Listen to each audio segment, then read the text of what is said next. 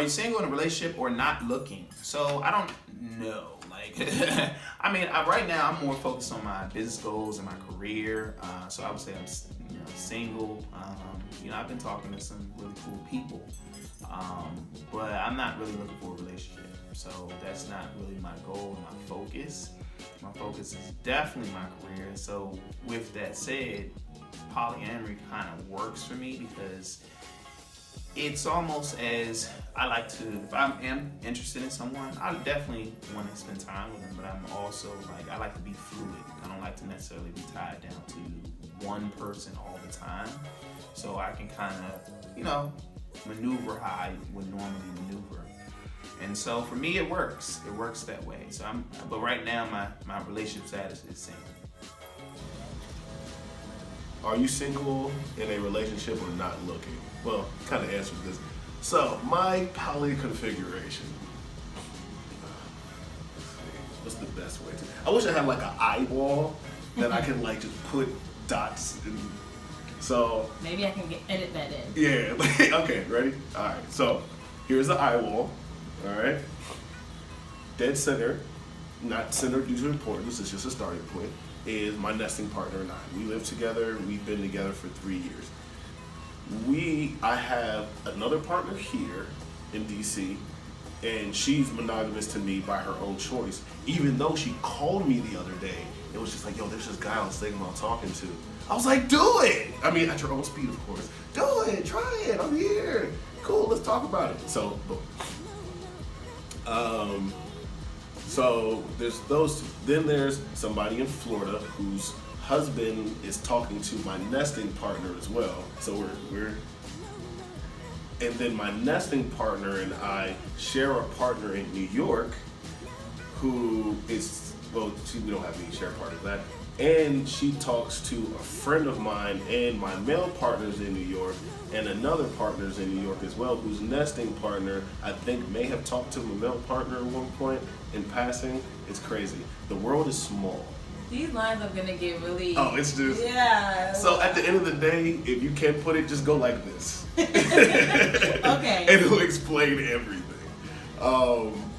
So then, like, there are different types of partners in poly, right? You can have your nesting partner, you can have your emotional partner, you can have a comment, which is somebody who's basically, hey, I'm in town for the week, what are you doing? And it just gives room for people to interact with each other without having to fit this blueprint to be something. Like, some of my best times I've had are with my comment partners. Because we don't walk in like, hey, you're supposed to do this for me. The expectations are, when we see each other, we're going to have fun. So that's the only, leave everything else at the door, we're going to have fun. So let's say, am I single? No. Am I in relationships? Yes. Am I not looking? I don't think I don't have a particular saturation level, like polysaturation. Some people do. They're like, yo, after I have 17, I'm done. Some after 2 or 3. For me, it's not up to the number, it's up to the quality of relationship. Like, could I have 3 nesting partners? No.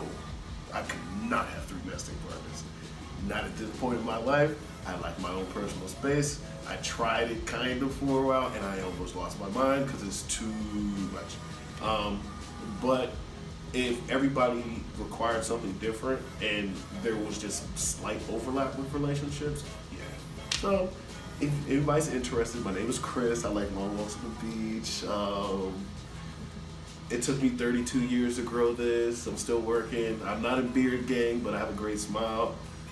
Taking applications at Tittable Minded, Instagram, Twitter, however. Anyway, but yeah, that's what. What's the biggest tool to help polyamory work? I would say anything involves communication. Like, for me, being very open and very honest about what you like and what's your fantasy and what's things that interest you. That is the biggest and hardest and most difficult thing to do. Transparency. because a lot of times, whether you're in a relationship or single, if you're not going to be openly honest, allow the other person to make their decision, then in a ways it's like withholding information. So that's the biggest thing that I've learned in my experiences is that whatever you like, whatever your fantasy is, things that you want to be fulfilled, you need to communicate that. And I would assume that would be the same for polyamory. Yeah, that's my. What's the biggest tool to help polyamory work? I think there's two. I said it earlier, emotional self-responsibility. A lot of us are taught that when something in a relationship or something happens around us, we're automatically supposed to say, you made me do this, or you caused me to be mad, or you caused me to be jealous. No, you caused yourself. The way that you perceive this thing and the way that you respond prior to having conversation dictates a lot. People are going to feel everything, and you're supposed to. There's nothing wrong with feeling. Anybody who says there's something wrong with feeling are probably sociopathic. Like, feelings are things that are real, they exist, they suck, and they all have foundations. We just have to put in the work to get to that foundation so we can approach the issue. Like for me, I still get jealous. But for me, jealousy is not its own emotion. It's like a secondary emotion that's built off fear. And when you look at it, most jealous instances are, hey, this person is getting more than me, this person seems more important to you, and which goes to then, I'm afraid that you're going to not think I'm important. I'm afraid that I'm going to lose you. I'm afraid that this thing that I wanted isn't going to want me. Well, problematic, this thing is its own human. So the fact that you're mad that it's being a human, it's like being mad at a baby for burping. Like, it's a baby, it's going to burp, and it's probably going to be nasty. But the human is going to be a human, so you can't be mad at a human for loving and being attracted and connecting with other things. You can hold to agreements. Now, if a person breaks an agreement that you all have verbally said, knocked 3 times on, and did all the thing, then yeah, you have recourse to say, okay, look, this upset me because you broke an agreement to me.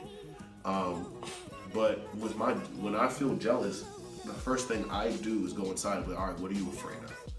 Like, what is it that's bugging you, that's causing you to want to take ownership of something or to limit something? And usually for me, it's the fact that, and it's always going to be a fear, because people are people that you're going to feel less valued. So emotional self-responsibility is 2-part. It's doing that internal work to figure out why and what's going on, and then communicating to your partner that you are doing that internal work as well. Instead of responding, being nasty, being short, or even if you know you're going to do that, being emotionally self-responsible enough to say, hey, I may be like this at this moment, so I'm going to give you the option to be around me or not. You know, it's giving people the option to deal with your process. Because love is dealing with people's processes, but it's also giving people the option to deal with people's processes and not just expecting them to deal with them because you're in a relationship, because some people don't have the tools and it may actually be more detrimental than helpful. So 1, emotionally self-responsibility. 2, communication. And that's so varied, for me particularly, it's direct communication. I don't like being around the bush. I hate bush beaters. Well, in a way. But